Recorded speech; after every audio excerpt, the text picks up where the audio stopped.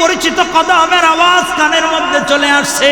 হায় হায়, নবীজি আয়েশা বেলালকে বলতেছে, বেলাল বলো তো কি এমন আমল তোমার জিন্দেগিতে করছো যে রব্বুল আলামিন তোমারে এত পছন্দ করেছে? এবার বেলাল আল্লাহর নবীর জড়ায় ধইরা হাউ মাউ করে কান্না শুরু করে দিছে। ডাক দিয়ে বলতেছেন, ইয়া রাসূলুল্লাহ, ইয়া হাবিবাল্লাহ, আমারে আপনার চাইতে ভালো এ দুনিয়ার জমিনে আর কেউ জানে না। আপনি আমারে সব চাইতে ভালো জানেন ইয়া রাসূলুল্লাহ। আমি হইলাম গোলামের ঘরের গোলাম, আমার বাবাও গোলাম ছিল, আমিও গোলাম। সারা জিন্দেগি আমার গোলামি করতে করতে যায় ইয়া রাসূলুল্লাহ। আমি কোনোদিন লেখাপড়া করার সুযোগ পাই নাই নবী গো, জীবনেও কোনোদিন আমি পড়াশোনা করতে পারি নাই, আমি জানিও না তেমন কিছু, মূর্খ সূর্খ একজন মানুষ।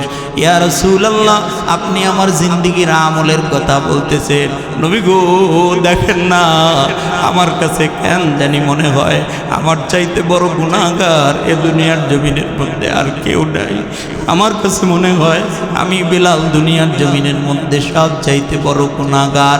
আমার মতো নাফরমান, আমার মতো গুনাহগার এ দুনিয়ার জমিনের মধ্যে আর বুঝি কেউ নাই। ইয়া রাসূলুল্লাহ, কি আমল করব? তেমন কোন আমল তো আমি দেখি না যে আমল আমার আল্লাহ আমার পছন্দ করবে। এমন কোন আমল তো আমি আমার জিন্দেগিতে করছি কিনা আমার জানা নাই। আল্লাহর নবী ডেকে ডেকে বলতেছে, বেলাল রে, তোর আমল আল্লাহ তাআলা এতই পছন্দ করছে যে রব্বুল আলামিনের জান্নাতের মধ্যে আমি যাওয়ার পর তুমি বেলালের কদমের আওয়াজ আমি নবীর পিছনে, আমি নবীর কর্ণকুহরের মধ্যে চলে আসে। আল্লাহু আকবার। বেলাল, তোর পায়ের আওয়াজ আমি নবীর কানে জান্নাতের মধ্যে চলে আসছে। এবার আমি আপনাদেরকে 30 সেকেন্ডে একটা কথা বলবো, খুব মন দিয়ে শুনেন। বেলাল ছিল আফ্রিকার মানুষ, বেলাল ছিল আফ্রিকার মানুষ। বলেন তো আফ্রিকার মানুষ কালা হয় না ধলা হয়? প্রচণ্ড কালা, প্রচণ্ড কালা। আমাদের বাংলাদেশের মানুষের চেহারার একটা ঢক আছে, আফ্রিকার মানুষের অধিকাংশ মানুষের চেহারার ঢক পর্যন্ত নাই। চুলগুলো হয় উস্কো খুস্কো, কোকড়ানো কোকড়ানো। বেলাল রাদিয়াল্লাহু তাআলা আনহুর চুলগুলো ছিল কোকড়ানো, উস্কো খুস্কো চুল ছিল। ঠোঁট দুইটা ছিল মোটা, জিহ্বা ছিল একটু পুরু, স্পষ্ট করে কথাও বলতে পারতেন না বেলাল। দিন ভালো কোনো কাপড় পরতে পারে নাই। আরে এক বেলা খাইলে আর এক বেলা না খায়া থাকতে হয়। সকালবেলা খানা পাইলে কতদিন রাত্রিবেলায় খানা খাইতে পারতো না। কতদিন এমন চলে গেছে, একদিন 2 দিন 3 দিন পর্যন্ত না খায়া সময় পার হয়ে গেছে। 3 দিন পর্যন্ত পেটের মধ্যে কোনো দানা যায় নাই, কোনো খানা যায় নাই। চেহারাও ভালো না, টাকাও নাই, পয়সাও নাই, গোলামের ঘরের গোলাম, কোনো ভালো পোশাক কোনোদিন করতে পারে নাই। এমন একজন মানুষের কদমের আওয়াজ আল্লাহর নবী জান্নাতের মধ্যে পায়। জোরে আওয়াজ দিয়ে বলতে হবে, বলেন তো এটা কি চেহারার পাওয়ার নাকি কলবের পাওয়ার? বলেন, এটা চেহারার গুণ না কলবের গুণ? কলবের গুণ। কসম আল্লাহ, কলব যার ভালো, বেলাল হইলেও রবের কাছে সবচাইতে দামি। কলব যার ভালো, পৃথিবীর সবচাইতে নিকৃষ্ট চেহারার অধিকারী হইলেও মালিকের কাছে তার দাম বেশি। সুবহানাল্লাহ জোরে। আর এটা যার পচা, দুনিয়ার জমিনে শাকিব খান হইলেও লাভ নাই। এটা যার দুর্গন্ধ, এটা যার কলব যার ভালা না, পৃথিবীর জমিনের মধ্যে যেই হও না কেন কোনো লাভ নাই। দুনিয়ার জমিনে সব চাইতে সুন্দর চেহারার মানুষ হইলেও রবের কাছে কোনো মূল্য নাই। বিসমিল্লাহির রহমানির রহিম। ইয়াউমা লা ইয়ানফাউ মালু ওয়ালা বানুন, ইয়াউমা লা ইয়ানফাউ মালু ওয়ালা বানুন। রব্বুল আলামিন ডেকে ডেকে মানুষদেরকে বোঝাইতে চায়, ও দুনিয়ার মানুষেরা শোনো, এমন একদিন তোমাদের সামনে আসবে, এমন একদিন তোমাদের সামনে আসবে যেই দিন তোমাদেরকে ধনবল জনবল, এই ধনবলও তোমার কোনো কাজে আসবে না, জনবলও তোমার কোনো কাজে আসবে না। এমন একদিন তোমার সামনে আসবে টাকা পয়সা অর্থকড়ি ধন সম্পদ কোনোই তোমার কাজে আসবে না। এমন একদিন তোমার সামনে আসবে যেই দিন সন্তান সন্ততি আওলাদ জনবল তোমার কোনো কাজে আসবে না। এই দুই জিনিস বড় খতরনাক, বড় ভয়ঙ্কর। এই দুই জিনিস, এক হলো ধন সম্পদ, দুই হলো সন্তান সন্ততি জনবল। এই দুইটা জিনিস একজন মানুষের জিন্দেগিতে সবচাইতে বড় ভয়ঙ্কর জিনিস আখিরাতের জন্য। কেন? এই দুই জিনিস যখন কোনো মানুষ পাওয়া যায়, অধিকাংশ মানুষ আল্লাহ থেকে দূরে চলে যায়। আপনিও খেয়াল করে দেখেন, খেয়াল করে দেখেন। আমি বহু খেয়াল করে দেখছি, আমি আমার নজরের সামনে এমন বহু মানুষ দেখলাম, টাকা ছিল না, পয়সা ছিল না, ধন সম্পদ কিচ্ছু ছিল না। এই মানুষটা ওই সময় এসে মসজিদে 5 ওয়াক্ত নামাজ আদায় করত। হঠাৎ করে আঙ্গুল ফুলে কলা গাছ হয়ে যায়, যে কোনো কারণবশত যে কোনো জিনিস দিয়া টাকার মালিক হয়ে গেছে, এখন আর মসজিদের দিকে ফিরা আসার পর্যন্ত খায় না। বলেন আছে না নাই? আছে না? আমি আমার কাছে দেখছি যে আমার মুয়াজ্জিন সাহেব আসছে আজকে আমার সাথে, আমার মসজিদের মুয়াজ্জিন সাহেব আসছে আজকে। কাছে আইসা পায়ের কাছে বসে থাকতো, হুজুর একটা বার আজান দিব, মুয়াজ্জিন হুজুর একটু বলে দেন। মসজিদে 5 ওয়াক্ত নামাজ আদায় করতো। হঠাৎ করে কেমনে কেমনে তার কাছে টাকা আইসা গেছে, টাকা পয়সার মালিক যখন হয়ে গেছে। কিছুদিন আগে শুনলাম এখন আর বাংলাদেশের মদ দিয়া তার পার্টি চলে না, পার্টি দিতে চলে যায় দুবাই। দুবাই গিয়া মদ পান করে। আছে না নাই? জোরে বলেন। এক সময় দেখছি আমার পায়ের কাছে এসে বসে থাকতো, হুজুর আমার একটা আমল শিখাই দেন, এটা করেন এটা করেন, হুজুর কেমনে আখেরাত পার হবো এই ফিকিরে থাকতো। হঠাৎ করে টাকা পয়সার মালিক হয়ে গেছে, এখন আর বাংলাদেশের মেয়ে মানুষ দিয়ে তার হয় না, দুবাই গিয়া মেয়ে মানুষের আড্ডায় পড়ে যায়, দুবাই গিয়া মদের আড্ডা দেয়। আস্তাগফিরুল্লাহ। এর কারণে রব্বুল আলামিন ডেকে ডেকে বলে, বান্দা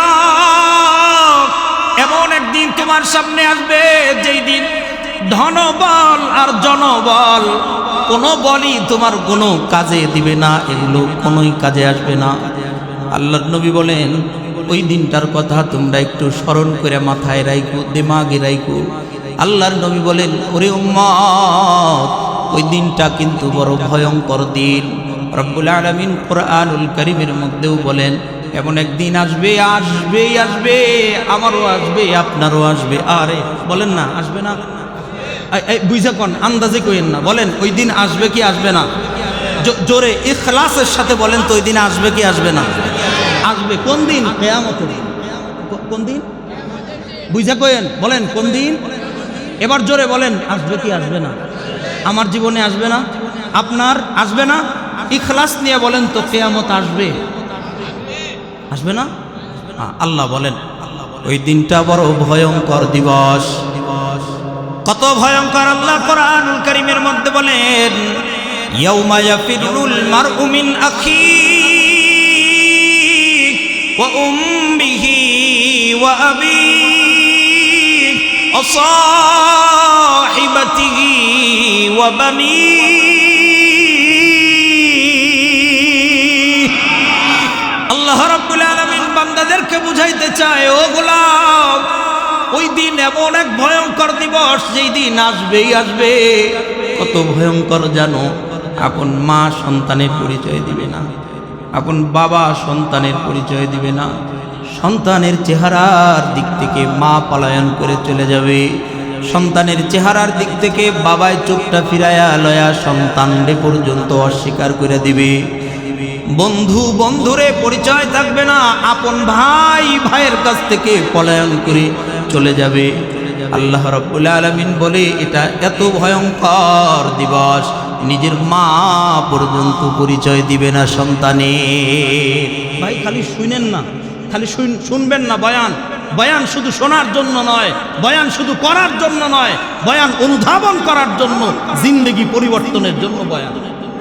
এমনি খালি শুনেন না। আর যদি শুধু শুনেন তাহলে আমি বয়ানই করব না। আমি আসার আগে দোয়া করে আসছি। এমনি যদি শুনেন তাহলে বয়ান করব না। আর যদি চান যে না কোরআন হাদিস শুনে নিজের জীবন পরিবর্তন করা দরকার আছে, বলেন না দরকার আছে না নাই? হ্যাঁ হ্যাঁ, তাইলে বয়ান করি। তাইলে খুব মন দিয়ে শুনেন। এই দিন এত ভয়ঙ্কর, অনুধাবন করেন, দিমাগটাকে কাজে লাগান। কত ভয়ঙ্কর। নবীজি সাল্লাল্লাহু আলাইহি ওয়াসাল্লাম বলেন, জানো উম্মত, ওই দিন এত ভয়ঙ্কর দিবস, ওই দিন এত ভয়ঙ্কর। আল্লাহর নবী বলেন, বাবা ইব্রাহিম আলাইহিস সালাতু ওয়াস সালাম ময়দানে মাহশারে দাঁড়ায় থাকবে। ফেরেশতারা আয়েশা ইব্রাহিম আলাইহিস সালাতু ওয়াস সালাম রে জিজ্ঞাসা করবে, ওগো ইব্রাহিম, ওই যে সামনে তাকায় দেখেন আপনার কলিজার টুকরা সন্তান ইসমাইল দাঁড়ায় রয়েছে। ইব্রাহিম নবী দাঁড়ায়া ফেরেশতারা আয়েশা তারে বলবে, ওই যে সামনে তাকান, দেখেন আপনার কলিজার টুকরা সন্তান ইসমাইল দাঁড়ায় রয়েছে। দুনিয়ার জমিনের মধ্যে আপনার কলিজা ছিল, কলিজা। এত মায়ায় আপনি তারে করবে না কেন? 90 বছর বয়সে গিয়া রব্বুল আলামিনের কাছে দোয়া করছেন, রব্বি হাবলি মিনাস সালিহিন, রব্বি হাবলি মিনাস সালিহিন।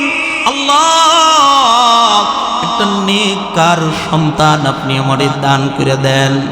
রব্বুল আলামিন বলে, ইব্রাহিম, এত বছর পরে আইসা, এই বৃদ্ধ বয়সে আইসা আমার কাছে দোয়া করলা, যাও কবুল করে নিলাম। ইসমাইল রে তোমারে দান করে দিলাম। ইসমাইল রে দান করে দিছে। তো ওই ইসমাইল এত কলিজার টুকরা ছিল ইব্রাহিম পয়গম্বরের, কলিজার একটা অংশ ছিল, কলিজার অংশ। চোখের পানি ফলায়া ফলায়া যার জন্য কান্না করতেন, এই ইসমাইল সামনে দাঁড়ায় থাকবে। ফেরেশতারা বলবে, ও ইব্রাহিম, ওই যে ইসমাইল সামনে দাঁড়ায় আছে, বলেন তো আজকে এই ময়দানে মাহশারে আপনার সন্তান নিয়ে আপনার কোনো মন্তব্য আছে কিনা একটু বলেন তো শুনি। ফেরেশতাদেরকে ইব্রাহিম আলাইহিস সালাতু ওয়াস সালাম হাউ মাউ করে চোখের পানি ফলায়া কাঁদবে আর ডাক দিয়ে বলবে, ওগো আল্লাহর ফেরেশতারা, দোহাই লাগে, আল্লাহর দোহাই লাগে, আমার সন্তান সম্বন্ধে আজকে এই দিনে আমারে কিছু বইল না। আজকে আমার সন্তানের চেহারার দিকে তাকানোর সময় আমার কাছে নাই। সন্তানের চেহারার দিকে তাকানোর সময় আজকে আমার কাছে নাই। আজকে আমি আমারে নিয়ে বড় পেরেশান। আজকে আমি আমারে নিয়ে বড় পেরেশান। নফসি নফসি, আয় আমার কি হবে, আমার কি হবে? ও আল্লাহর ফেরেশতারা, আমি ইব্রাহিম আজকে আমাকে নিয়ে পেরেশান হয়ে আছি, সন্তানের কথা আমার কাছে বইল না। ভাই আমার, এতটুকু যদি বুঝেন, বসেন, নড়াচড়া করেন না, এতটুকু যদি বুঝেন তাহলে বলেন ওই দিনটা কি খুব সহজ না কঠিন? কত কঠিন অনুধাবন করেন। নবী ইব্রাহিম তার সন্তানের দিকে তাকায়াও চাইবে না, বলবে আমারে বললেন না আজকে, আজকে আমি আমারে নিয়ে পেরেশান আছি, ইসমাইলের দিকে তাকানোর সময় আমার কাছে। বলেন এদিন আসবে কি আসবে না? আপনার আসবে কি আসবে না? বুঝে কইেন। হাবিবে কিবরিয়া সরকারে মদিনা কামলিওয়ালা নবী ডাক দিয়ে কয়, ও উম্মতেরা শোনো, ওই দিনটা এত ভয়ঙ্কর দিবস হবে, ওই দিন এত ভয়ঙ্কর দিবস। ইয়াকুব আলাইহিস সালাতু ওয়াস সালাম পয়গম্বর দাঁড়ায় থাকবে, ইউসুফ আলাইহিস সালাতু ওয়াস সালাম সামনে থাকবে। ফেরেশতারা এসে ডাক দিয়ে বলবে, ওই যে ইউসুফ পয়গম্বর। ওগো ইয়াকুব, আজকে আপনার কলিজার টুকরা ওই সন্তান ইউসুফরে নিয়ে কিছু বলবেন কিনা একটু বলেন। ফেরেশতারা ডাক দিয়ে বলবে, ইয়াকুব, দুনিয়ার জমিনের মধ্যে আপনি এই ছেলেটার জন্য কান্না করতে করতে চোখের পানি শুকায়া ফেলছিলেন। ইউসুফ ইউসুফ ইউসুফ ইউসুফ করতে করতে করতে করতে আপনি আপনার চোখ দুইটারে অন্ধ বানায় ফেলছিলেন। ওই যে ইউসুফ দাঁড়ায়া এই সন্তানটার জন্য এত কান্না করছিলেন ইয়াকুব নবী, এমন কোন দিন নাই, এমন কোন রাত নাই যেই দিনে ইউসুফ ইউসুফ ইউসুফ করে কান্দে নাই। এমন কোন রাত নাই যেই রাতে ইউসুফ ইউসুফ ইউসুফ করে কান্দে নাই। ওই যে 11 ভাই 10 ভাই মিলা ইউসুফকে যখন কূপের মধ্যে ফালায়া দেয়, বোঝানোর জন্য শুধু বলতেছি, 10 ভাই মিলে কূপের মধ্যে ইউসুফরে ফালায়া দিছে। ইউসুফের শরীরের একটা জামা কইলা, ভেড়া একটা জবাই কইরা ভেড়ার রক্ত শরীরের ওই জামার মধ্যে মাখায়া পয়গম্বর ইয়াকুবের সামনে নিয়ে আইসা ডাক দিয়ে বলে, আব্বু আপনার কলিজার টুকরা ইউসুফ যারে আপনি অধিক মহব্বত করেন, ইউসুফরে আমরা বাঁচাইতে পারি নাই। ওই পাহাড়ের পাদদেশ থেকে একটা হিংস্র জানোয়ার বাঘ আইসা আমাদের ভাই ইউসুফ রে এই হিংস্র জানোয়ার বাঘটা ছিঁড়ে পুড়ে খেয়ে ফেলছে। কোন রকম করে তার গায়ের একটা জামা লয়ে আইছে। এই যে দেখেন, আপনি যেন বিশ্বাস করতে পারেন বাবা বাঁচাইতে পারি নাই। এই যে দেখেন জামাটা লয়ে আইছে তার গায়ের। ইয়াকুব আলাইহিস সালাতু ওয়াস সালাম ইউসুফের জামাটা এমন করে ধইরা বুকের সাথে এমন করে লাগাইছে, হাউমাউ করে কেঁদে উঠছে, আসমানের দিকে তাকায় একটা ডাক দিছে, ওগো আসমানের মালিক আল্লাহ, ও আসমানের রব মাওলা, আমার কলিজার টুকরাটা রেখে তুমি আমার কাছ থেকে আলাদা করে দিলা। আল্লাহ তুমি কি আমার কলিজার ধনটারে আমার কাছ থেকে কি আলাদা করে দিলা? আল্লাহ আমি ইউসুফের ছাড়া এই দুনিয়ার জমিনের মধ্যে কেমনে বাঁচবো? আমি তারে এত মায়া করি, এত মহব্বত করি, তারে ছাড়া বাঁচাই তো আমার জন্য কষ্টকর হয়ে যাবে। ওগো আসমানের মালিক আল্লাহ, আমার বুকের মানিকটারে কি তুমি আমার কাছ থেকে নিয়ে গেলা? এই যে কান্না শুরু করছে, বৃদ্ধ বয়স পর্যন্ত এমন কোনো দিন নাই, এমন কোনো রাত নাই এই সন্তানটার জন্য, নিজের সন্তানের জন্য চোখের পানি ফালায়া কান্দে নাই। দিনেও কান্দে ইউসুফ ইউসুফ কইরা, রাতেও কান্দে ইউসুফ ইউসুফ কইরা। শেষ বয়সে আইসা কান্না করতে করতে চোখ দুইটা অন্ধকার বানায় ফেলছি, দুই চোখ অন্ধ হয়ে গেছে। শেষ বয়সে আইসা সন্তানের জন্য কানতে কানতে। বলেন তো এটা কি কম মায়ার সন্তান? বুঝেন নাই? জোরে বলেন, কম মায়ার সন্তান মানে কি মায়া করলে ছেলের জন্য কানতে কানতে চোখ কানা করে ফেলে? কি মায়া, কত মহব্বত আমি বুঝাইতে চাইতেছি এটা। নবী বলেন এই ইয়াকুব পয়গম্বর কিয়ামতের দিবসে দাঁড়ায় থাকবে, ফেরেশতারা আইসা বলবে, ওই যে ইউসুফ দাঁড়ায় আছে, যার লাগা আপনি চোখের পানি ফেলতে ফেলতে চোখ অন্ধ বানায় ফেলছেন, ওই যে ইউসুফ, তার সম্বন্ধে আজকে কিছু বলেন। ইয়াকুব আলাইহিস সালাতু ওয়াস সালাম, রব্বুল আলামিনের পয়গম্বর ইয়াকুব ডাক দিয়ে বলবে, ওগো আল্লাহর ফেরেশতারা, দোহাই লাগে আল্লাহর দোহাই, আজকে এই ময়দান এত ভয়ঙ্কর, আজকের এই কিয়ামতের মাঠটা এত ভয়ঙ্কর মাঠ, আমার সন্তানের কথা আমার কাছে জিজ্ঞাসা কইরো না, আমার ছেলের কথা আমার কাছে বইল না, আজকে ছেলের দিকে তাকানোর সময় আমার কাছে নাই, আজকে আমি আমারে নিয়া বড় পেরেশান, নফসি নফসি নফসি নফসি, হায় আমার কি হবে, আমার কি হবে, আমি আমারে নিয়া বড় পেরেশান হয়ে আছি, সন্তানের চেহারার দিকে তাকানোর সময় আজকে আমার নাই। বুঝাইতে চাইলাম কিয়ামত কত ভয়ঙ্কর দিবস। বলেন এ দিবস আমার আপনার আসবে কি আসবে না? আসবে তো, আপনারও আসবে, আসবে আসবেই আসবেই আসবে। রব্বুল আলামিন বলে ওই মুসিবতের দিন ধনবল দিয়া তুমি বাঁচতে পারবা না, জনবল দিয়া, সন্তান সন্ততি আওলাদ দিয়া কিয়ামতের ময়দানে বাঁচতে পারবা না। তবে মনে রাখো, দুনিয়ার কোনো কিছু যেদিন কোনো কাজে লাগবে না, ও দুনিয়ার গোলামেরা, একটা জিনিস ওদিন কাজে লাগবে, এক জিনিস কাজে লাগবে, সুবহানাল্লাহ। দুনিয়ার কোনো কিছু যেদিন কোনো কাজে লাগবে না, 10 তলা বিল্ডিং কোনো কাজে লাগবে না, কোটি কোটি টাকা ব্যাংকে পড়ে আছে, এই কোটি কোটি টাকা কোনো কাজে লাগবে না, কোনোই কাজে আসবে না। ভাই বেরাদার আত্মীয় স্বজন যেদিন কোনোই কাজে আসবে না, রব্বুল আলামিন বলে ওই দিন এক জিনিস কাজে আসবে। আল্লাহ কি জিনিস কাজে আসবে? কি কি আল্লাহ কি জিনিস? আপনারা জানতে চান না কি জিনিস? কি কি কাজে আসবে জানতে চান না? শুধু জানতে চাইবেন না আল্লাহ যা বলে সেটা মানবেন ইনশাল্লাহ? হ্যাঁ, মানবো না ইনশাল্লাহ? হ্যাঁ, এক জিনিস কাজে আসবে। আল্লাহ কি গো সেই জিনিস?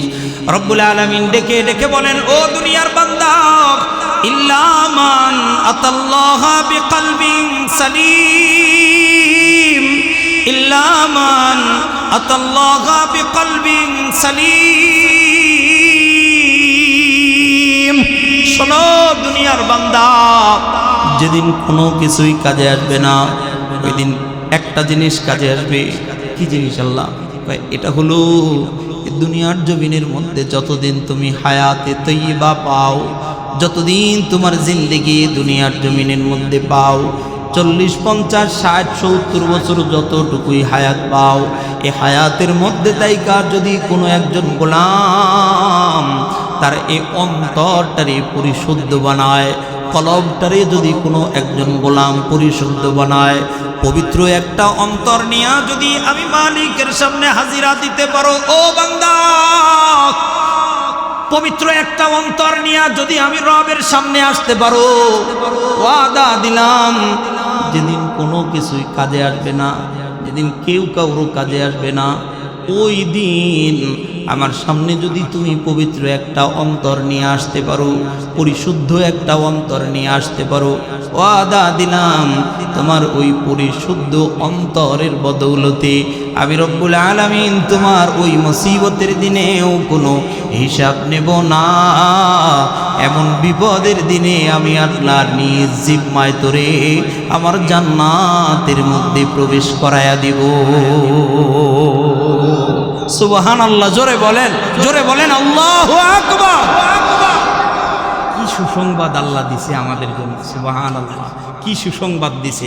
মালিক যেন ডেকে ডেকে বলে, বান্দা,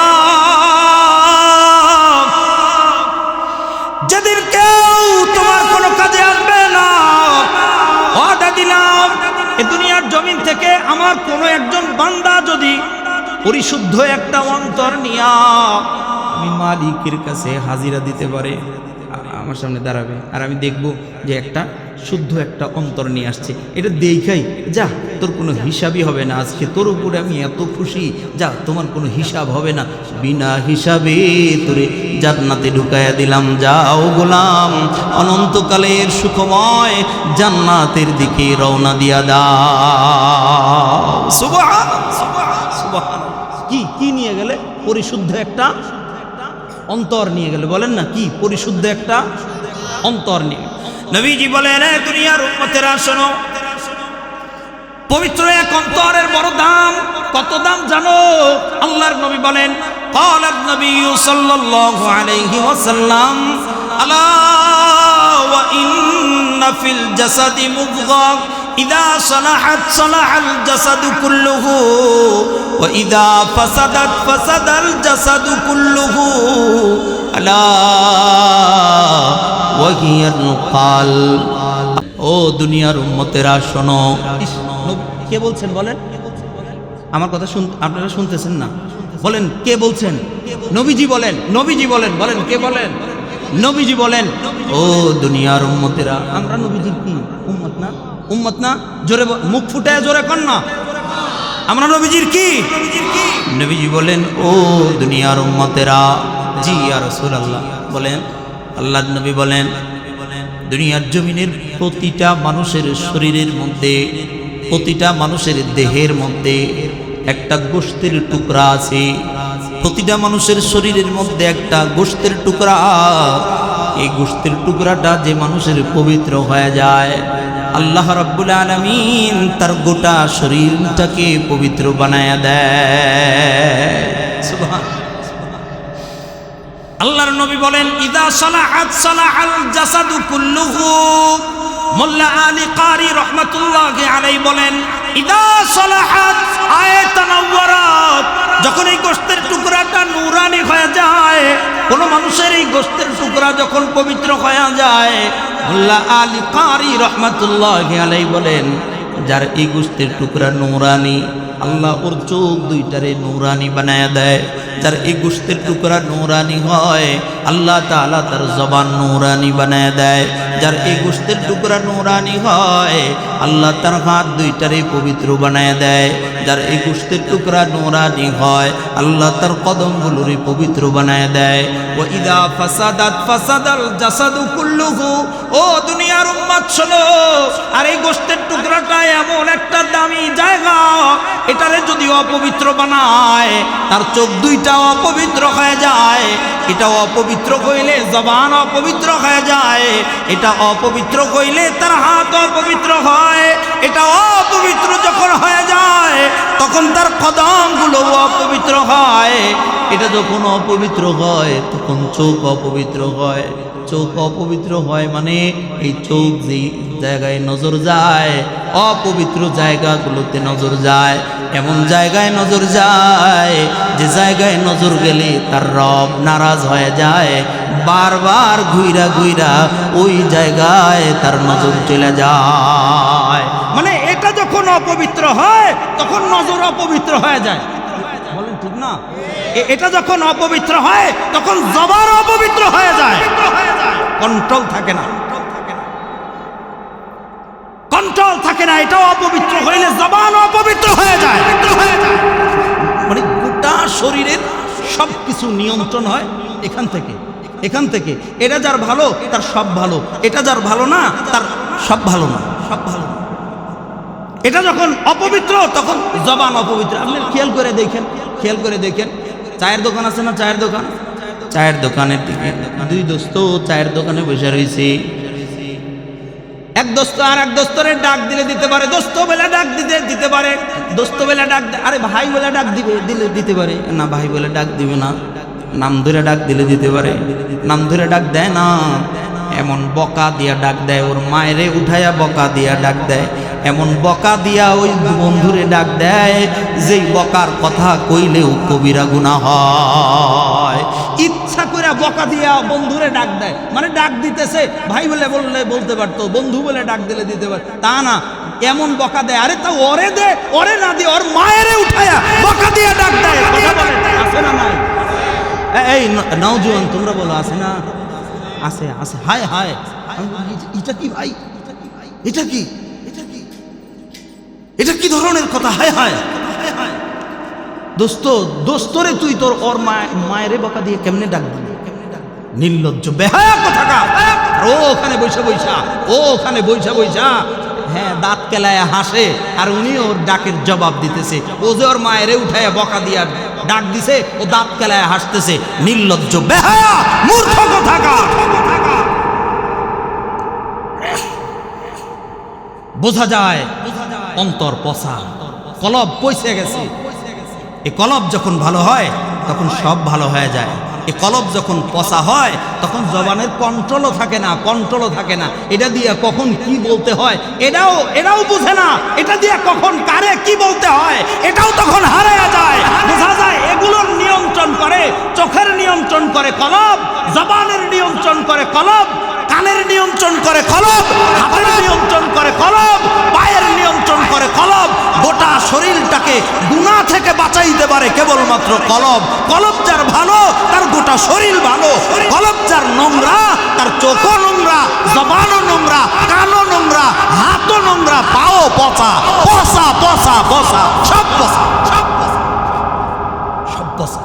নিয়ন্ত্রণ থাকে না, করতে পারে না, চাইলেও নিয়ন্ত্রণ করতে পারে না। দেখেন না, মানুষের জবানের নিয়ন্ত্রণ আছে, কারে কি কওয়া লাগে এগুলোও বুঝে না। এই কথা কি সাধারণ মানুষ আর কি হুজুর, কি বক্তা, কি তক্তা, সব গুলায় ফেলছে এখন। কথা বলেন না, ঠিক না? কি বক্তা কি তক্তা গুলায় ফেলছে সব। কি আলেম কি জাহেল, অধিকাংশ গুলায় ফেলছে, গুলায় ফেলছে। কারে কি বলতে হয় এটাও যেন হারায় ফেলছে। আছে না নাই জোরে বলেন না? দোস্ত বোঝা যায় এটা যখন নোংরা হয়ে যায় তখন চোখ নোংরা হয়ে যায়, আবার এটা যখন পবিত্র হয় তখন চোখও পবিত্র হয়ে যায়। সুবহানাল্লাহ জোরে বলেন। এটা যখন পবিত্র হয় তখন চোখও পবিত্র হয়। কেমনে কয়? আবু জেহেল, আবু লাহাব, উতবা, সাইবা আসমানের দিকে তাকায়, আসমানের দিকে তাকাইছে। আবু জেহেল, আবু লাহাব আসমানের দিকে চায়, আসমানের দিকে তাকায়া আসমানের চন্দ্র সূর্য তারকা রাজিগুলো দেখে, শুধু আসমানের দিকে তাকায়া আসমানের মেঘমালাগুলো দেখতে থাকে। পক্ষান্তরে আবু বকর সিদ্দিক রাদিয়াল্লাহু তাআলা আনহু একদিন ঘর থেকে পূর্ণিমার চাঁদ উঠছে আসমানে, হুজরা থেকে বের হইছে। হুজরা থেকে বের হয়া একটু সামনে অগ্রসর হয়া সিদ্দিকে আকবর আবু বকর আসমানের দিকে এমন করে চায়, ওই আসমানের দিকে তাকায়া আবু বকর বাচ্চা মানুষ যেমন করে হুয়া হু করে কান্দে, বাচ্চা মানুষ যেমন করে হাউমাউ করে কান্দে, আবু বকর আসমানের দিকে চায়া চায়া হাউমাউ করে চোখের পানি ফালায়া ফালায়া কান্না শুরু করছি। পিছন থেকে একজন সাহাবী আল্লাহর নবীজির আয়েশা ডাক দিয়ে বলতেছে, ওগো সিদ্দিক, বুঝলাম না আসমানের দিকে তাকায়া তাকায়া আপনি এমন করে কেন কান্না করতেছেন, বুঝি নাই। আবু বকর সিদ্দিক রাদিয়াল্লাহু তাআলা আনহু তার কাঁধের উপরে হাতটা দিয়া সামনে নিয়ে আয়েশা ডাক দিয়ে বলি, রে আমার ভাই, ওই যে আসমানের দিকে একটু তাকায়া দেখো তো, রব্বুল আলামিন খুঁটিবিহীন এই আসমানটারে কত সুন্দর করে সাজায়া দিয়েছি। দেখো না আসমানের ভিতরে কত সুন্দর চন্দ্র উঠছে। আহা, আসমানের দিকে তাকায়া দেখো, গোটা আসমানটারে আল্লাহ কেমন করে তারকারাজি দিয়া সুন্দর করে সাজায়া দিছে আল্লাহ। ও আমার ভাই রে, তাকায়া বলো তো, যেই মালিক এত সুন্দর করে আসমানটারে সাজায় দেয়, আমি চিন্তা করতেছি যিনি এত সুন্দর করে আসমান সাজাইছে, না জানি আমার ওই মালিক নিজে কত সুন্দর। যিনি এত সুন্দর করে আসমান সাজায়, না জানি আমার ওই মালিক নিজে কত সুন্দর। আবু জেহেলও আসমানের দিকে তাকায়, আবু বকরও আসমানের দিকে তাকায়, দুজনই দেখছে, কিন্তু দুজনের দেখার ভিন্নতা আছে না নাই? জোরে বলেন, ভিন্নতা আছে না নাই? আবু জেহেল তার চোখ দিয়া দেখছে, এটা চোখের পাওয়ারে দেখছে, আর আবু বকর রাদিয়াল্লাহু তাআলা আনহু চোখ দিয়া দেখছে, কিন্তু এই চোখটাকে নিয়ন্ত্রণ করে তার কলব। জোরে বলেন, এটা চোখের পাওয়ার না কলবের পাওয়ার? এটা কলবের পাওয়ার। কলব যার ভালো, সে যেদিকে তাকায় ওই দিকে তাকায় আর রবের মারেফত পায় যায়। সুবহানাল্লাহ। আমাদের আকাবির আসলাফরা ঘরের দরজায় বৈশা বৈশা প্রজাপতির ছোট্ট ডানার দিকে চাইতো, প্রজাপতির ছোট্ট ডানার দিকে তাকায়া হাউমাউ করে চোখের পানি ফলায়া ফলায়া কাঁদতো, আর ডাক দিয়ে বলতো, আহারে, যে মালিক প্রজাপতির এই ছোট্ট ডানার মধ্যে এত রং বেরং লাগায় দিয়েছে, এই ছোট্ট প্রজাপতির ডানার মধ্যে যে মালিক এত সুন্দর করে রং লাগায়, আহা, আমার মাওলার কত সুন্দর রুচি, কেমন দামি, কত উন্নত রুচি আমার মালিকের। যে মালিকের এত সুন্দর রুচি, না জানি ওই মালিক কত সুন্দর। সুবহানাল্লাহ। আরে ভাই, প্রজাপতি তো আমিও দেখছি, আপনিও দেখছেন, কোনদিন এই ফিকির আসছে? আমরা আমাদের চোখ দিয়া দেখছি, এটা আমাদের চোখের পাওয়ার। আর আকাবির আসলাফরা প্রজাপতির দিকে তাকায় হাউমাউ করে কাঁদতেন। আল্লাহর কসম, এটা চোখের পাওয়ার না কলবের পাওয়ার? জোরে বলেন, কিসের পাওয়ার? কলবের পাওয়ার। কলবের। এটা যখন ভালো হয় তখন সব ভালো হয়ে যায়, তখন সব ভালো হয়ে যায়। খাজা মুঈনুদ্দিন চিশতি রাহমাতুল্লাহি আলাইহি ঘরের দরজার মধ্যে টুল পাইতা বৈশাখ গাছের ডালের দিকে তাকায়া চোখের পানি ফেলে ফেলে কাঁদতেন। একদিন বসে রইছেন, বসে তাইকা গাছের ডালের দিকে তাকায়, গাছের ডালের দিকে তাকায়া বাচ্চা মানুষের মতো হাউমাউ করে ঘরের দরজায় বসে থেকে কাঁদতেছে, ফিকরে ফিকরে কাঁদতেছে, ফিকরে ফিকরে কাঁদতেছে, ফুপায়া ফুপায়া কাঁদতেছে। খাজা সাহেবের খাদেম দৌড়ে আসছে, হযরত, আপনার কি হয়েছে? আপনি এমন করে কাঁদেন কেন? গাছের ডালের দিকে তাকায় তাইকা কেন এমন করে চোখের পানি ফালায়া কাঁদতেছেন? খাজা মুঈনুদ্দিন চিশতি রাহমাতুল্লাহি আলাইহি ডাক দিয়ে বলতেছেন, ও বাবা, আমি গাছের ডালের দিকে তাকায় তাইকা কান্দি না, ওই যে গাছের ডালের দিকে তাকায় দেখো একটা কোকিল পাখি বসা, এই কোকিল পাখিটা গাছের ডালের মধ্যে বৈশা বৈশা কুহু কুহু কুহু কুহু করে বারবার ডাকতেছে। আল্লাহর জাতের কসম, এই কোকিল পাখি যতবার কুহু কুহু করে ডাকে, কে জানি আমার অন্তরটার মধ্যে ধারালো অস্ত্র দিয়া গুঁতা দেয়। আমার মনে হইতেছে ও যতবার কুহু কুহু করে, আমার অন্তরটার মধ্যে ধারালো অস্ত্র দিয়া কে যেন আঘাত করে। সুবহানাল্লাহ জোরে। খাদেম ডাক দিয়ে বলতেছে, হযরত, কোকিল পাখি কুহু কুহু করে ডাকবে, এটাই তো স্বাভাবিক, এটা কান্নার কি আছে বুঝলাম না। খাজা মঈনুদ্দিন চিশতি রাহমাতুল্লাহি আলাইহি বলে, বেটা তোমার কানের মধ্যে কুহু কুহু আওয়াজ যায়, আর আমি এখানে বৈশা বৈশা আমার কর্ণকুহরের মধ্যে প্রতিবার যেন তার আওয়াজ আসতেছে। ও যতবার কুহু কুহু কয়, আমার মনটা বলে আহা, ও নিষ্পাপ জবান দিয়ে কুহু কুহু না, আমার কানে আসে আল্লাহু আল্লাহু আল্লাহু আল্লাহু আল্লাহু আকবার। আমার কানের মধ্যে আল্লাহু আল্লাহু আসে, আর আমার অন্তরের মধ্যে কে যেন ধারালো ছুরি দিয়া কে যেন আঘাত করতেছে। আমার এমন মনে হইতেছে ও নিষ্পাপ জবান দিয়ে কুহু কুহু কয় না, ও নিষ্পাপ জবান দিয়ে তার মালিক আল্লাহ হু হু হু হু বলে ডাকে, হু বলে ডাকে। কুরআনুল কারীমের মধ্যে আল্লাহ রাব্বুল আলামিন বলেন, হু আল্লাহুল্লাযী লা ইলাহা ইল্লাহু, আল্লাহু আকবার, আল্লাহু লা ইলাহা ইল্লাহু আল হাইয়ুল কাইয়্যুম লা তা'খুযুহু সিনাতু ওয়ালা নাওম, আশহাদু আল্লা ইলাহা ইল্লাল্লাহ ওয়া আশহাদু আন্না মুহাম্মাদান আবদুহু ওয়া রাসূলুহু। এ হু কে? জোরে বলেন, হু আল্লাহ। এই যে হু হু হু, তো কোকিল পাখিও ডাকে কুহু হু কুহু কুহু, বলে যে আমার মনে হইতেছে ও যেন হু হু বলে তার মালিকরেই ডাকতেছে। সুবহানাল্লাহ। বলেন তো জোরে আওয়াজ দিয়ে বলবেন, বলেন তো কোকিল পাখি আমিও দেখি, তারাও দেখে, আপনিও দেখেন, তারাও দেখে, আমরা আমাদের চোখের পাওয়ার দিয়ে দেখি। আর বলেন তো খাজা মঈনুদ্দিন কি তার চোখের পাওয়ার না এটা কলবের পাওয়ার? এর কারণে নবীজি ডেকে ডেকে বলে, ও দুনিয়ার উম্মতেরা শোনো, দুনিয়ার জমিনের মধ্যে সবচাইতে দামি জিনিসের নাম একজন মানুষের কলব, একজন মানুষের অন্তর। পৃথিবীর জমিনের কোনো মানুষের কোনো চেহারার রব্বুল আলামিনের কাছে কোনোই দাম নাই।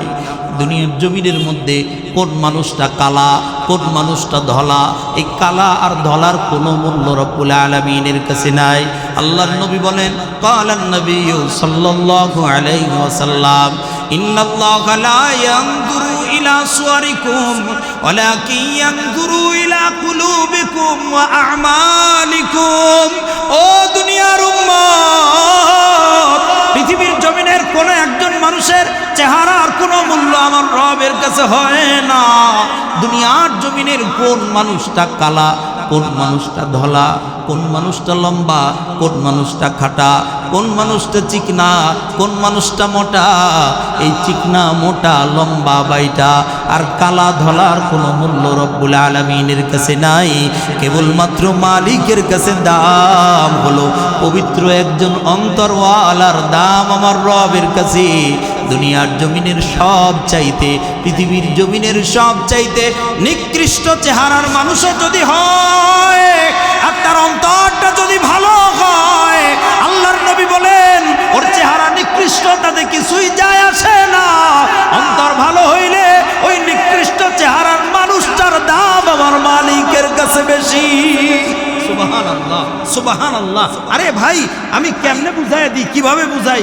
মনে করেন 10 ইঞ্চি একটা মানুষের ওই উচ্চতা, মনে করেন 1 ফিট একটা মানুষের উচ্চতা, 1 ফিট। আমরা তো 5 ফিট 7 ইঞ্চি, 3 ইঞ্চি, 4 ইঞ্চি, 8 ইঞ্চি, 10 ইঞ্চি যাই। ওই লোকটা 1 ফিট, মনে করেন 1 হাতে, যে এরকম 1 হাত, দেখতেছেন? জোরে বলেন, দেখতেছেন? মনে করেন এই 1 হাত উচ্চতা তার, এই 1 হাত উচ্চতা, এই 1 হাত উচ্চতা তার। চেহারাটা এত কুৎসিত চেহারা, একদম খুব খারাপ। ওর চেহারার দিকে তাকাইলে বমি আসে, ওর চেহারার দিকে তাকাইলে খুব খারাপ লাগে।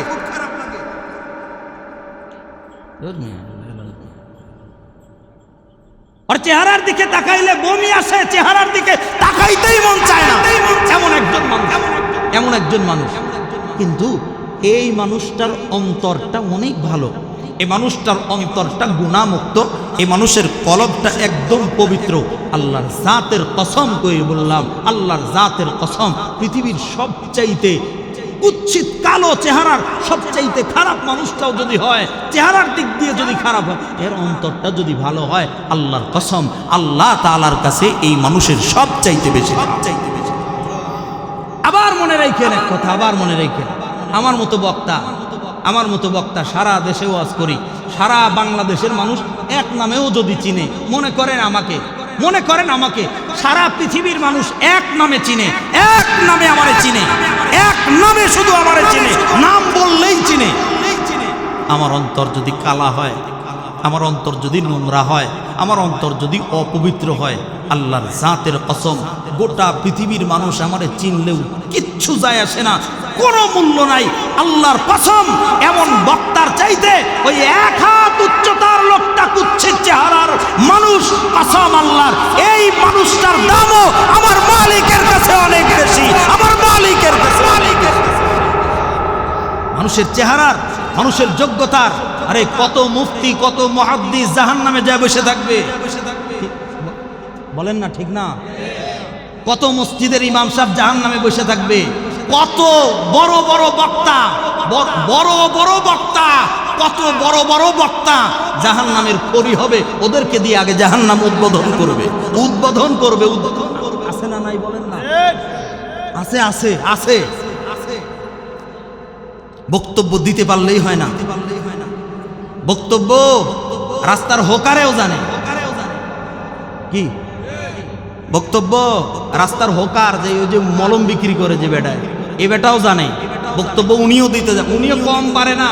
আপনারা আমার কথা শুনতেছেন এত মানুষ, উনি যখন কথা শুরু করে একজন মানুষও থাকে না, কাজ কাম ফালায়া দিয়ে আইসা বেটা ওর বক্তব্য শুনে। বক্তা তো সেও, খালি বক্তা হইলেই হয় না, এত সহজ না। আল্লাহর জান্নাত পাওয়া এত সহজ না। কসম আল্লাহর, কোনো বক্তার, কোনো ইমামের, কোনো মুফতির, কোনো মুহাদ্দিসের কোনো দাম নাই যতক্ষণ অন্তর না পবিত্র হবে। আর যদি অন্তর পবিত্র হয়, আল্লাহর কসম, আপনার ঘরে ঘরে গিয়া যে লোকটা বাথরুম পরিষ্কার করে, এরে কি কয়? মেথর। হ্যাঁ, মেথর কয় না? আপনার ঘরে ঘরে গিয়া যেই লোকটা বাথরুম পরিষ্কার করে, এই মেথর, এই মেথরের যদি অন্তর পরিষ্কার হয়, কসম আল্লাহর, আমার চাইতে, বক্তার চাইতে ওই মেথরের দাম রবের কাছে। সাবধান, এটা যার ভালো মালিকের কাছে তার দাম, এটা যার ভালো রবের কাছে তার দাম। কত দাম?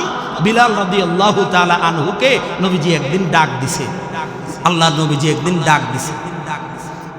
নবীজির বিলাল যাইতেছে, নবীজি ডাক দিলেন, ইয়া বিলাল তাআল হিনা, বিলাল এদিকে আসো একটু।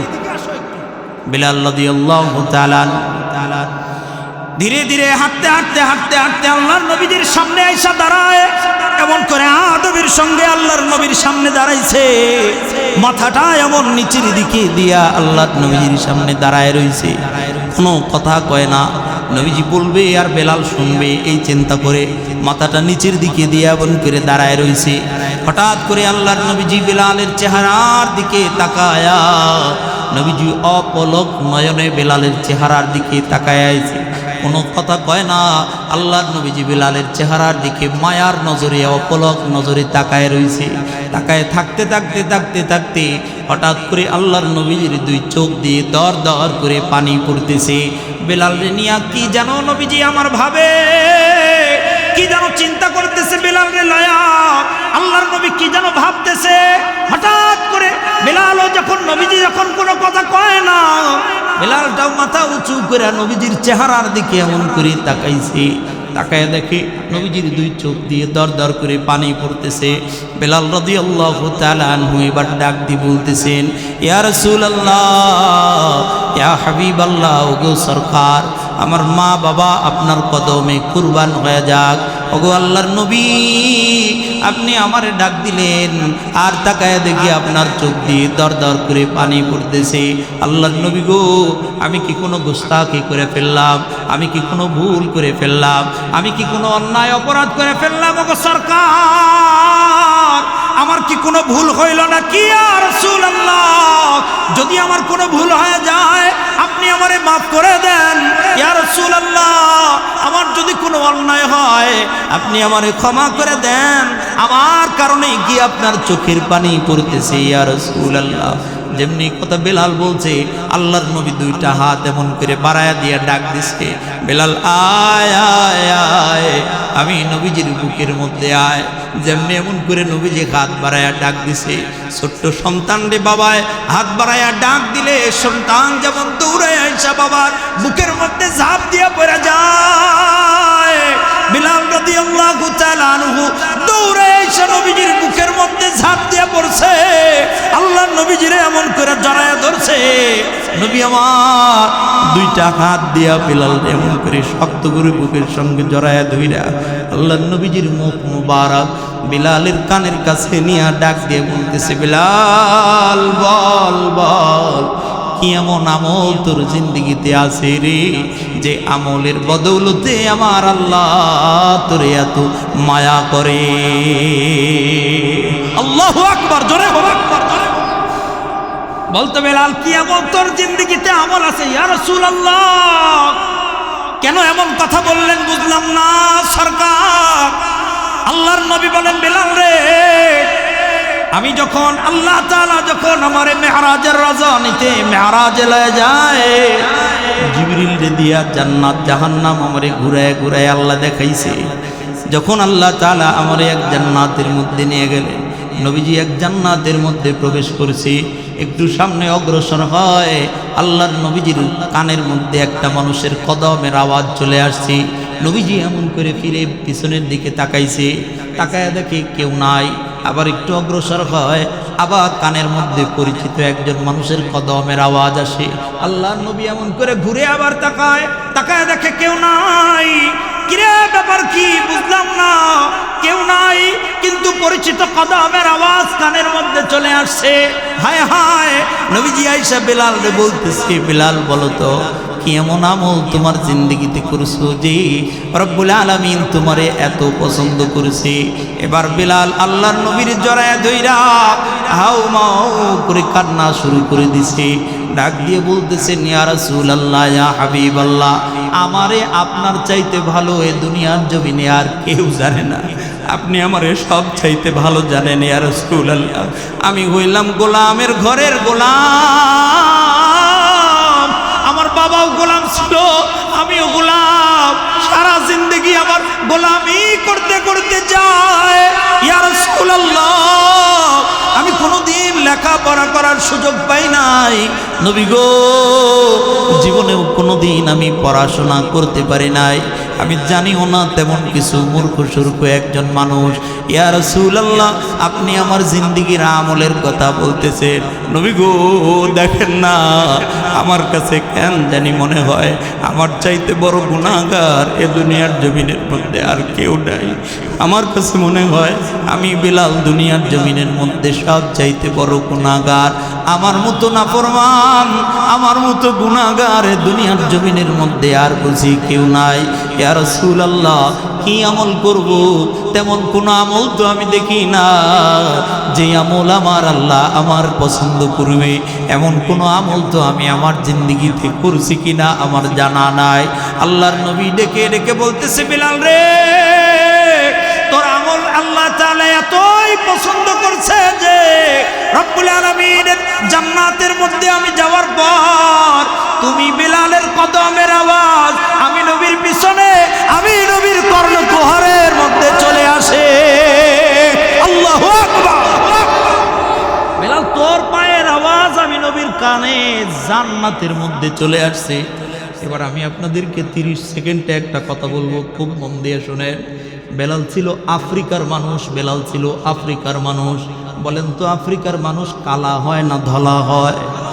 প্রচণ্ড কালা, প্রচণ্ড কালা। আমাদের বাংলাদেশের মানুষের চেহারার একটা ঢক আছে, আফ্রিকার মানুষের অধিকাংশ মানুষের চেহারার ঢক পর্যন্ত নাই। চুলগুলো হয় উস্কো খুস্কো, কোকড়ানো কোকড়ানো। বিলাল রাদিয়াল্লাহু তাআলা আনহুর চুলগুলো ছিল কোকড়ানো উস্কো খুস্কো চুল ছিল। ঠোঁট দুইটা ছিল মোটা, জিহ্বা ছিল একটু পুরু, স্পষ্ট করে কথাও বলতে পারতেন না বেলাল। দিন ভালো কোনো কাপড় পরতে পারে নাই। আরে এক বেলা খাইলে আর এক বেলা না খায়া থাকতে হয়। সকালবেলা খানা পাইলে কতদিন রাত্রিবেলায় খানা খাইতে পারতো না। কতদিন এমন চলে গেছে, একদিন 2 দিন 3 দিন পর্যন্ত না খায়া সময় পার হয়ে গেছে। 3 দিন পর্যন্ত পেটের মধ্যে কোনো দানা যায় নাই, কোনো খানা যায় নাই। চেহারাও ভালো না, টাকাও নাই, পয়সাও নাই। গোলামের ঘরের গোলাম, কোনো ভালো পোশাক কোনোদিন করতে পারে নাই। এমন একজন মানুষের কদমের আওয়াজ আল্লাহর নবী জান্নাতের মধ্যে পায়। জোরে আওয়াজ দিয়ে বলতে হবে, বলেন তো এটা কি চেহারার পাওয়ার নাকি কলবের পাওয়ার? বলেন এটা চেহারার গুণ না কলবের গুণ? কলবের গুণ। কসম আল্লাহ, কলব যার ভালো, বেলাল হইলেও রবের কাছে সবচাইতে দামি। কলব যার ভালো, পৃথিবীর সবচাইতে নিকৃষ্ট চেহারার অধিকারী হইলেও মালিকের কাছে তার দাম বেশি। সুবহানাল্লাহ চলে। আর এটা যার পোশাক, দুনিয়ার জমিনে সাকিব খান হইলেও লাভ নাই। এটা যার দুর্গন্ধ, এটা যার কলব যার ভালা না, পৃথিবীর জমিনের মধ্যে যেই হও না কেন কোনো লাভ নাই। দুনিয়ার জমিনে সব চাইতে সুন্দর চেহারার মানুষ হইলেও রবের কাছে কোনো মূল্য নাই, কোনো মূল্য নাই। ভাই যে কয়দিন দুনিয়াতে আছেন, যতক্ষণ পৃথিবীর জমিনের মধ্যে আছেন, যতদিন দুনিয়াতে আছেন, যে কোনো মূল্যে হোক, যেভাবেই হোক, যে কোনো মূল্যে হোক, এই কলবটাকে পবিত্র বানায়া কবরে যান। যে কোনো মূল্যে যা দিয়া পারেন তাই দিয়া, তাই। ভাই আমার এই কথাগুলো খুব মন দিয়ে শুনেন, 2-4 মিনিটের মধ্যে খুব মন দিয়ে শুনেন। যে কোনো মূল্য যা দিয়া পারেন, যেভাবে পারেন, যদি এই কলব পরিষ্কার করতে, যদি এই অন্তরটাকে ভালো বানাইতে, আপনার খায়া যদি ভালো বানাইতে পারেন তাহলে খায়াই আপনি ভালো বানান। যদি আপনার না খেয়ে থাকতে হয় এই কলব পরিষ্কার করতে, তাহলে না খেয়ে থাকে দিনের পর দিন রোজা রাখেন, দিনের পর দিন রোজা রাখেন, মাসের পর মাস রোজা রাখেন। যদি না খেয়ে থাকলে আপনার কলব ভালো হয়, রোজা থেকে যদি কলব ভালো হয়, তাহলে না খেয়েই আপনি আপনার কলব ভালো বানান। যদি কোনো কিছু পায়া আপনার কলব ভালো বানাইতে হয়, পরিষ্কার হয়, পবিত্র হয়, তাহলে ওগুলো পায়াই আপনি আপনার কলব পরিষ্কার করেন। যদি কলব পরিষ্কার করতে গিয়া কিছুই না পান, তাহলে কোনো দরকার নাই কিছু পাওয়ার, সব ফালাইয়া দেন।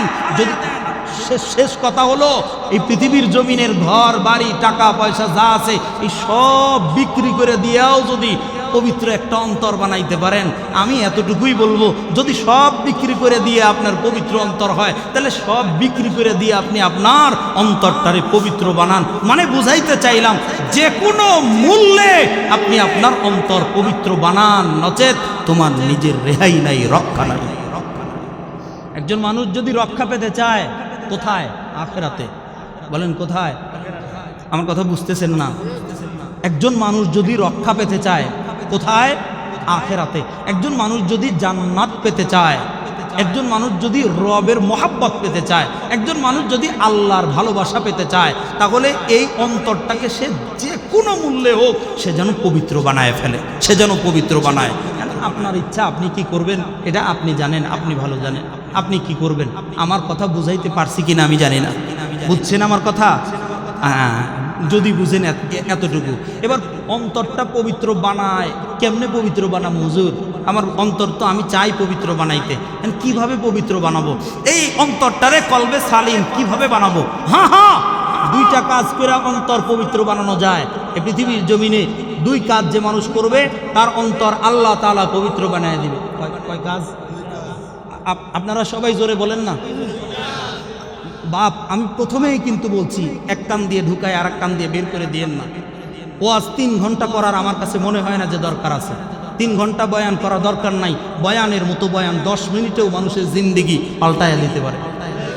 বয়ানের মতো বয়ান, আর এই ভক্কর চক্কর, কোরআন নাই হাদিস নাই, এগুলো যদি হয় ভক্কর চক্কর বয়ান 3 ঘন্টা করলেও 3 ঘন্টা কি সারা রাত শুনে গেছে বেটা, ফজর করে নাই। এটার কি লাভ বাপ বলেন না? এটার কোনো ফায়দা আছে? সারা রাত মজা, হাই রে মজা, কি হাসি, ওয়াজের মঞ্চে এসে তামসা শুরু করে ওয়াজের মঞ্চে, আছে না নাই? এই মঞ্চ, এটা বড় দামি জিনিস, এটা নবীজির রেখে যাওয়া আমানত, সাহাবায়ে কেরামের রেখে যাওয়া আমানত। আল্লাহর জাতের কসম, এই আমানতের খেয়ানত যে বেটায় করবে, রবের সামনে তার এক কদম নড়তে পারবে না হিসাব দেওয়া ব্যতীত। এক কদম, একটা কদম নড়তে পারবে না। তোর কাছে দিছিলাম এই ভক্কর চক্কর করার জন্য, এক কদম নড়তে দিবেন আল্লাহ। বলেন কয় জিনিস দিয়া অন্তর পবিত্র বানানো যায়? সবাই কয় নাই দেখি, জোরে বলেন কয় জিনিস? 2 জিনিস। বাপ প্রথমেই বলছি, এই কান দিয়ে ঢুকায় এই কান দিয়ে বের করে দিয়েন না। বয়ান করা শুধু বয়ান করার জন্য না, এখানে আসছে শুধু বয়ান করার জন্য না। আমি আসার আগে দোয়া করে আইছি, একবার কইছি আবার বলতেছি, আসার আগে দোয়া করছি, আল্লাহ আপনি, আমার বলার দায়িত্ব, দিল পরিবর্তন করার দায়িত্ব আপনার। মাওলা আমি কান দিয়ে ঢুকায় দিব, অন্তরটা আপনি পরিবর্তন করে দিয়ে আল্লাহ যেন কবুল করেন, আমিন বলেন।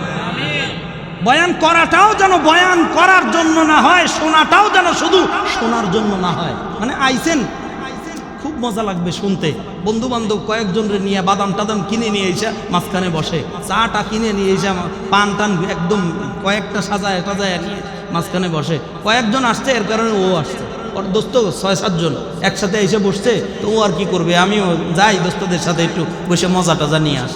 না দোস্ত, এটা মজা নেওয়ার জায়গা না, এটা মজা নেওয়ার জায়গা না। এখান থেকে বয়ান শুনতে আসার আগেই এই নিয়ত করে আসা চাই, আল্লাহ আজকে যেন আমি বয়ান থেকে এমন কিছু আমল নিয়ে আসতে পারি, যেই আমল কইরা আমি আখিরাতে জান্নাতে যেন যাইতে পারি, এটা যেন হওয়া চাই। ভাই আমার, কয় জিনিস অন্তর পবিত্র করে? 2 জিনিস অন্তর পবিত্র বানায় দেয়। এক, দুনিয়ার জমিনে যে মানুষগুলো ইখলাসের সাথে একনিষ্ঠভাবে আল্লাহর ইবাদত করবে, আল্লাহ তাআলা নিজ জিম্মায় তার জিন্দেগি পরিবর্তন করে দিয়া অন্তর পবিত্র বানায়া রবের সামনে দাঁড় করায় দিবে। অন্তর পবিত্র হয় ইবাদতের মাধ্যম দিয়ে। বলেন কিসের মাধ্যমে? ইবাদতের মাধ্যমে। অন্তর পবিত্র হয় নামাজের মাধ্যমে, অন্তর পবিত্র হয় জিকিরের মাধ্যমে, অন্তর পবিত্র হয় সকাল সন্ধ্যায় 6 তাসবির জিকিরের মাধ্যমে, অন্তর পবিত্র হয় তাহাজ্জুদের আগে উঠা 12 তাসবির জিকিরের মাধ্যমে, অন্তর পবিত্র হয় তাহাজ্জুদের নামাজের মাধ্যম দিয়া। এক কথায় রবের ইবাদতের মাধ্যম দিয়ে আল্লাহ কলব পবিত্র বানায় দেয়, কলব পবিত্র বানায়। 1 নম্বর কি বলছি?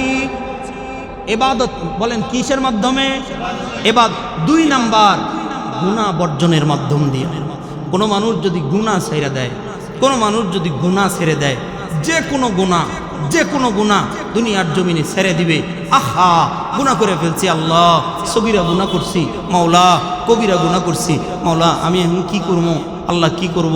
ও গুনার মধ্যে লিপ্তই হয়ে আছে। যতদিন গুনার মধ্যে লিপ্ত হয়ে থাকবে, অন্তর ধীরে ধীরে পয়সা গইলা এটারে শেষ হয়ে যাবে, অন্তর ধীরে ধীরে মরে যাবে, অন্তর ধীরে ধীরে মরেও যায়। দুনিয়ার জমিনে কিছু মানুষ আছে যাদের অন্তর মরে যায়, একদম মরে যায়। কলব 3 প্রকারের হয়, কলব 3 প্রকারের। আরে কথা বাড়ে কিন্তু আমি বলতে চাচ্ছি না। কলব 3 প্রকারের হয়। বলেন কয় প্রকারের অন্তর হয়? 3 প্রকারের কলব হয়। একটা কলব হয় যেই কলবটা হচ্ছে জিন্দা থাকে, যেই কলবে পবিত্র হয়, এই কলবের নাম হলো কলবে সালিম। জোরে বলেন কলবে সালিম, পবিত্র কলব। বলেন কি কলব? পবিত্র অন্তর, পবিত্র অন্তর। আর একটা হয় হলো কলবে মারিজ, এটা হচ্ছে অসুস্থ অন্তর। একটা মানুষের অসুস্থ অন্তর হয়। অসুস্থ যেই মানুষ হয়, ওই মানুষে ঔষধ খাওয়াইলে, মেডিসিন খাওয়াইলে, ট্রিটমেন্ট করলে, ডাক্তার দেখাইলে যেমন অসুস্থ মানুষ সুস্থ হয়, মানুষের অন্তরও কিছু সময় অসুস্থ হয়। গুনাহ করছে, অন্তর অসুস্থ হয়ে গেছে। এখন এই অন্তর, অসুস্থ অন্তরটারে আসমানি কিছু খাদ্য আছে, আসমানি কিছু মেডিসিন আছে, ওই আসমানি মেডিসিন অন্তরে দিলে এই অসুস্থ অন্তর সুস্থ হয়ে যায়। 2 নাম্বার গেল। একটা হলো পবিত্র অন্তর। বলেন একটা কলবে সালিম, 2 নাম্বার কলবে মারিজ অসুস্থ অন্তর, আর 3 নাম্বার আরেকটা অন্তর, 3 নাম্বার আরেকটা কলব আছে, এটারে বলে কলবে মাইয়িত, মানে মরা কলব, মরা অন্তর। এই অন্তর যার একবার মরে যায় এরার হেদায়েত পর্যন্ত নসিবে জুটে না।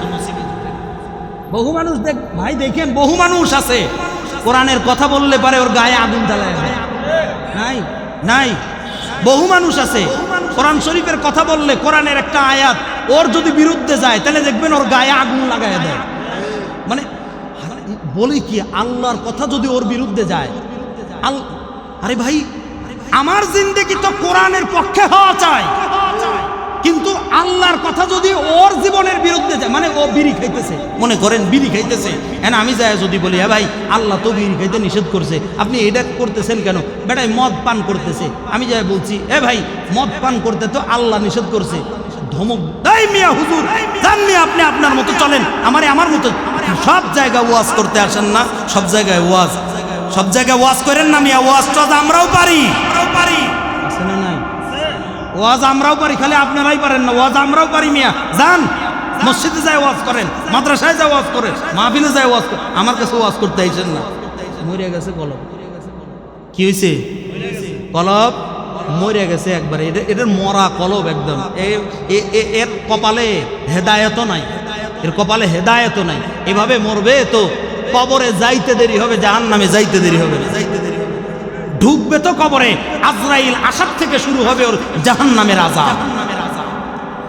এর কারণে ভাই আমার 2 জিনিসের মাধ্যম দিয়ে অন্তরটাকে পবিত্র বানাইতে হয়। 1 ইবাদত, বলেন 1 ইবাদতের মাধ্যম দিয়ে, 2 গুনাহ বর্জনের মাধ্যম দিয়ে, বলেন 2 গুনাহ বর্জনের মাধ্যম দিয়ে। এই 2টা কাজ করব তো ইনশাআল্লাহ ভাই। ভাই এত করে গলা ফাটায়া গায়ের ঘাম ঝরায়া আপনাদেরকে কেন বলতেছি জানেন?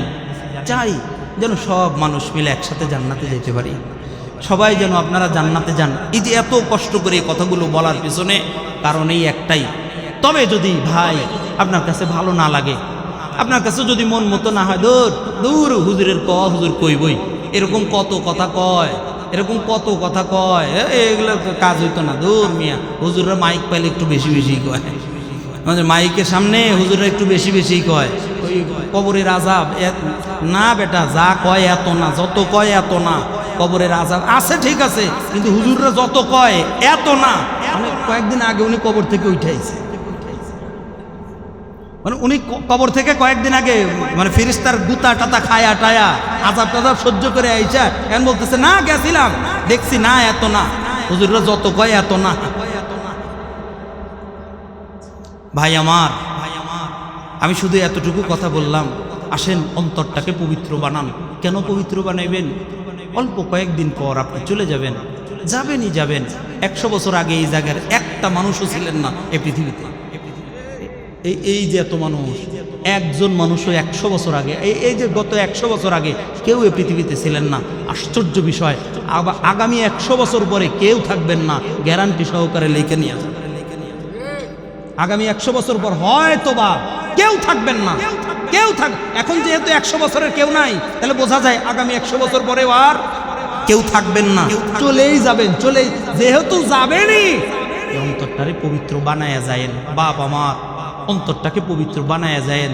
যদি এটা পবিত্র বানায় না যান, আপনার মতো বোকা, আমার মতো মদন, আমার মতো খারাপ, আমার মতো মূর্খ, আমার মতো নিকৃষ্ট এই পৃথিবীর জমিনে আর কেউ হবে না, কেউ হবে না, কেউ হবে না, কেউ। আপনার মতো ঢাকা ইউনিভার্সিটির সার্টিফিকেট আপনার থাকতে পারে, লন্ডন, ইউরোপ, আমেরিকার পিএইচডি ডক্টরেট আপনার থাকতে পারে। কসম আল্লাহর, অন্তর যদি একটা ভালো না বানায়া যান, আপনার মতো আপনি আমেরিকা থেকে ডক্টরেট করে আসলেও আপনি পৃথিবীর সবচাইতে বড় মূর্খ, আপনি সবচাইতে বড় মূর্খ। আপনি ঢাকা ইউনিভার্সিটিতে পড়ান, আর মিয়া পড়ান, তাতে কি হয়েছে?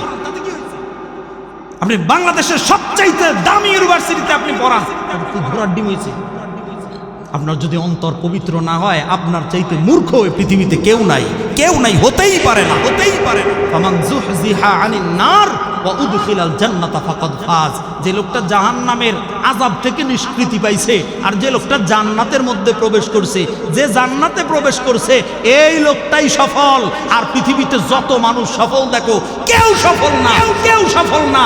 20 তলার মালিক হইলে সফল হয় না, 10 তলার মালিক হইলে সফল হয় না, কোটি কোটি টাকার মালিক হইলে সফল হয় না। কোটি কোটি টাকা পৃথিবীতে রাইকা বেটা জাহান্নামে গেলে লাভ কি হলো? কি লাভ হলো? আপনার ব্যাংকে কয়েক কোটি টাকা আছে, আপনারই মনে করেন আছে, ব্যাংকে কয়েক কোটি টাকা আছে, বাড়ি বানাইছেন সারা দিন রাত 24 ঘন্টা কষ্ট করে, একটা 6 তলা 10 তলা 15 তলা 20 তলা বাড়ি বানাইছেন। আরে ভাই 20 তলা বাড়ি বানায় আপনি যায় যদি 3 হাত মাটির নিচে শুয়ে থাকেন, এ বাড়ি দিয়ে আপনার কি লাভ? আপনার কি লাভ? আপনার ব্যাংকে কয়েক কোটি টাকা, আরে আপনার কি? বুঝলামই না কিছু।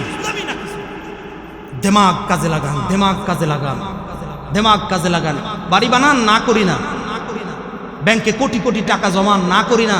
কোটি 10 তলা, আরে ভাই 10 তলা কেন, 100 তলা বানান, কোনো সমস্যা নাই। কিন্তু দোস্ত, ব্যাংকে 100 কোটি টাকার মালিক আপনি হন, কোনো সমস্যা নাই। সমস্যাটা হলো এই 50 তলা 10 তলা বাড়ি বানানোর আগে আপনার যে 3.5 হাত আসল ঘর যেটা আছে, অনন্তকালের যে ঘর আছে, এই ঘরটারে আগে সুন্দর করে সাজায়া তারপরে 50 তলা বানান, কোনো সমস্যা নাই। এই ঘরটারে আগে সুন্দর করে সাজায়া ব্যাংকে কয়েক হাজার কোটি টাকা আপনি রেখে দেন, কোনো সমস্যা নাই। কিন্তু ব্যাংকে টাকা জমাইতে, বাড়ি বানাইতে গিয়া এই 3.5 হাত আসল যে ঘর, এই ঘরের কথা বেটা ভুলে গেছে, এটা সাজাইতেই পারে নাই। আজরাইল আইসা ওরে নিয়া এই অসাজানো ঘরের মধ্যে শোয়া দিল, আর বেটা এই ঘর সাজায়া রাইখা গেল। এই ঘর সাজায়া তোর ফায়দা বলেন না? এই ঘর সাজায়া আমার ফায়দা কি? আমার লাভ কি? এগুলো তো সব অন্যরা ভোগ করবে, আমার লাভ কি? আমার লাভ, নবীজি বলেন, আল কাইয়িসু মান দানা নাফসাহু ওয়া আমিলা লিমা বাদাল মাউত।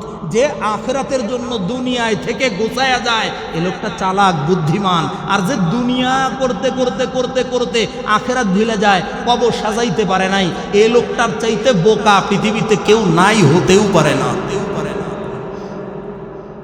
এবার বলেন, আখিরাত সাজাবো তো ইনশাআল্লাহ? পিছনের ভাইরা বলেন না, আখিরাত সাজাবো তো ইনশাআল্লাহ? দুইটা হাত উঁচু করে বলেন না, আখিরাত সাজাবো তো ইনশাআল্লাহ? ভাই আমার, মনে রেখেন, ঘর বাড়ি সাজাইতে যেমন টাইলস লাগে, আলো লাগে, বাতি লাগে, খাট লাগে, সোফা লাগে, কবর সাজাইতেও তেমন টাইলস লাগে, আলো লাগে, বাতি লাগে, সোফা লাগে, সব কবরের মধ্যেও আছে। তবে মনে রাখেন, এই সোফা, এই বাতি আর এই বালিশ কাঁথার মতো, কম্বলের মতো কবরের কম্বল বালিশ কাঁথা নয়। এই কাঁথা কম্বল বালিশের মতো নয়। কবরের কম্বল বালিশ কাঁথা এটা আরো অনেক উন্নত। নবীজি বলেন, যখন একজন মানুষ নেককার কবরে যাবে, আল্লাহ তাআলা তাকে ডাক দিয়ে বলবে, ফেরেশতাদেরকে বলবে, ফেরেশতারা তাড়াতাড়ি করে আমার এই গোলামের জন্য জান্নাত থেকে পোশাক নিয়ে এসা, এর গায়ের কাফনের কাপড় খুইলা জান্নাতি পোশাকের পরায়া।